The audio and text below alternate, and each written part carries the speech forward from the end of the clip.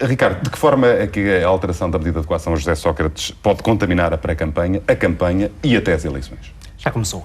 Começou desde logo no dia em que se apresentam sondagens sobre aquilo que poderá vir a ser o resultado destas eleições. O grande tema de debate estará a ser exatamente esta alteração da medida de coação e não o resultado destas sondagens. E a partir de agora, a intromissão do caso Sócrates na campanha vai ser inevitável e provavelmente vai cavalgar de dia para dia aquilo que é a tomada de atenção relativamente a muitas matérias. Eu não sei dizer quem é que vai beneficiar mais e quem é que vai beneficiar menos dessa intromissão, até porque desde logo há uma grande variável. Como é que José Sócrates pensa vir a agir nestas próximas semanas? Sabemos que até agora ele tem sido muito tentado a fazer declarações para os média, já deu várias entrevistas por escrito, agora aparentemente ele não terá nenhuma inibição de dar entrevistas, por exemplo, a uma estação de televisão, e todos somos capazes de imaginar o impacto tremendo que terá uma entrevista ao vivo. Era essa a pergunta que ia fazer, se fará a diferença se Sócrates se remeter ao silêncio ou se der entrevistas antes ou se as guardar para depois do debate eleitoral. Estamos a um mês das eleições. Claro, vai fazer toda a diferença, porque aquilo que ele vier a dizer virá a ser imediatamente tema de discussão, porque aqui é preciso olhar para dois aspectos. Em primeiro lugar, o facto de esta intromissão da justiça na política, ou da política na justiça, como quisermos, começou desde logo com ele. Quando ele diz que está a ser vítima, quando ele diz que é um preso político, quando ele diz que este processo destina-se a prejudicar o resultado do Partido Socialista nas próximas eleições, ele está a trazer isto imediatamente para o tabuleiro político. E, portanto, é impossível, a partir daí, ficar completamente imune a essa intervenção dos outros protagonistas. Segundo lugar, a verdade é que este caso tem muito de político. José Sócrates não foi detido por ter matado alguém ou por ter assaltado um carro. Ele foi, alegadamente, diz por aquilo que sabemos, entre outras coisas, por atos de corrupção que terão sido cometidos, pelo que sabemos, durante o período em que ele era primeiro-ministro. E, portanto, há aqui uma dimensão política que também não pode ser esquecida. Ora, a partir do momento em que há esta dimensão política, isto causa dificuldade não apenas naquilo que é uma avaliação do próprio processo, mas também uma avaliação sobre aquilo que é o próprio processo da justiça. E eu aqui, com todo o respeito, discordo da Helena e da Conceição, eu acho que este não é o momento para... Ou melhor, o caso Sócrates evita que a questão da justiça seja discutida neste momento. Ou seja, podemos ter o duas ordens de razão. Em primeiro vamos lugar, ter uma campanha sem discutir justiça porque... Por duas razões. Em primeiro lugar, porque esta é a fase demonstrativa, não é a fase deliberativa. E estes casos devem ser discutidos em termos metodológicos na fase deliberativa, quando as pessoas podem dar opinião de forma abstrata, geral e sem nenhuma contaminação de casos em concreto. Ora, isso não vai acontecer. Segunda razão é que, na verdade, a partir do momento em que se discute um qualquer caso, seja, por exemplo, os prazos das medidas de coação, etc., inevitavelmente vai-se fazer uma leitura da aplicação dessa alteração, eventual alteração, a este caso. E quem está de um lado diz, bem, vocês querem é que o Sócrates seja solto mais cedo, quem está do outro lado diz, pois, vocês queriam era que houvesse aqui uma culpabilização. Enfim, a própria discussão ficaria tão inquinada que no final sairíamos mais confusos do que esclarecidos. Uma campanha eleitoral sem uma pronúncia pública sobre a justiça. É um dos pilares do Estado de Direito. Claro que sim, mas... E o que está a dizer é correto e tem sido a atitude que todos os candidatos, em geral, pelo menos dos principais partidos, têm adotado. Mas é impensável, repare, para mim, como cidadã, não como bastonária, é absolutamente imperioso perceber o que cada um dos partidos deseja para a justiça. Quais são as políticas? Devia ter-se feito antes.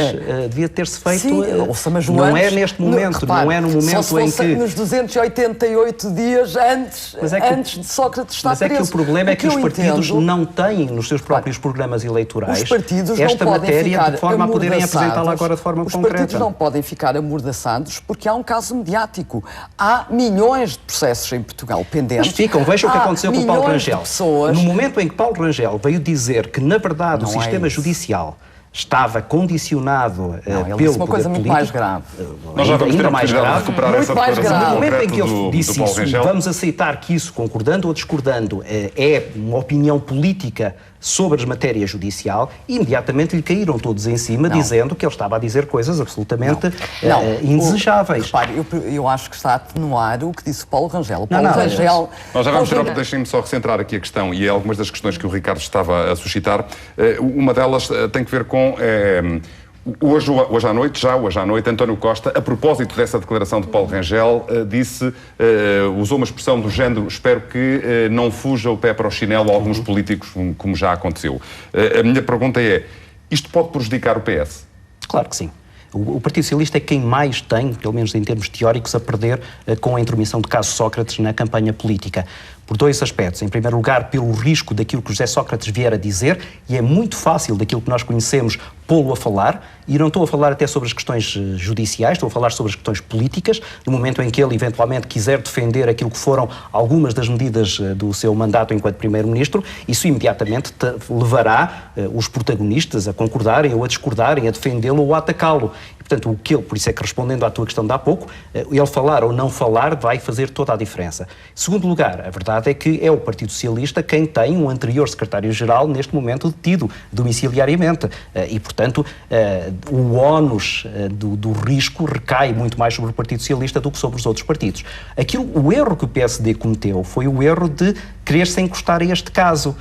Há uma velha frase, um velho ditado que diz: se vires o teu adversário a cometer um erro, não o interrompas. Ora, aquilo que o PSD estava a ver era o Partido Socialista a cometer erros, não o deveria ter interrompido. Ao interrompê-lo, fez que imediatamente o ónus da responsabilidade recaísse sobre o PSD. É isso que não pode fazer. E daquilo que nós, jornalistas, sabemos, há ordens muito claras e muito estritas dentro do PSD e do CDS para não haver intromissão neste caso. Vai ser difícil de conter, ainda há pouco estava a ver no Twitter Carlos Abreu Amorim, deputado do PSD, a entrar numa acesa discussão com José Lelo, do Partido Socialista, sobre esta libertação, ou melhor, sobre a alteração da medida de coação de José Sócrates, e portanto percebe-se que nestas redes sociais que todos nós frequentamos, estes atritos já estão a acontecer, e eu diria que, se é verdade que António Costa e Pedro Passos Coelho vão disciplinadamente continuar a dizer o mesmo, é muito natural que as segundas e terceiras linhas destes partidos acabem por se envolver em toda esta discussão. Até porque, na sequência do que disse Rangel, vários outros dirigentes do PSD vieram a terreiro. Uns defendê-lo, outros, de alguma maneira, contrariá-lo.